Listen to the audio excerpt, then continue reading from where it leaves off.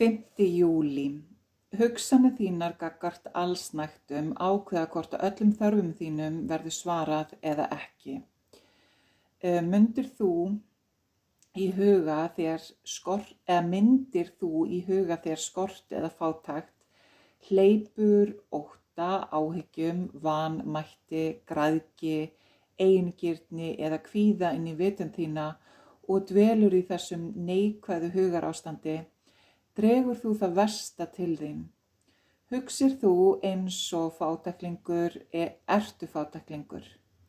Þá rænir þú þig öllu góða í lífinu sem að væri þitt ef þú aðeins breyttir hugsuninni þinni og viðhorfi gagnvart því. Byrjaðu strax að mynda í huga þér velmegun. Hugsaðu þér að allar þarfir þínar séu uppfylltar á dásamlegan hátt. Hafnaðu þeirri hugsun að þið skorti eitthvað, því þá er skorturinn í þinni eigin vitund. Hvers vegna stöðva streymi allsnægta minna, óendanlegra gnægta með takmarkaðri heftandi vitund þinni?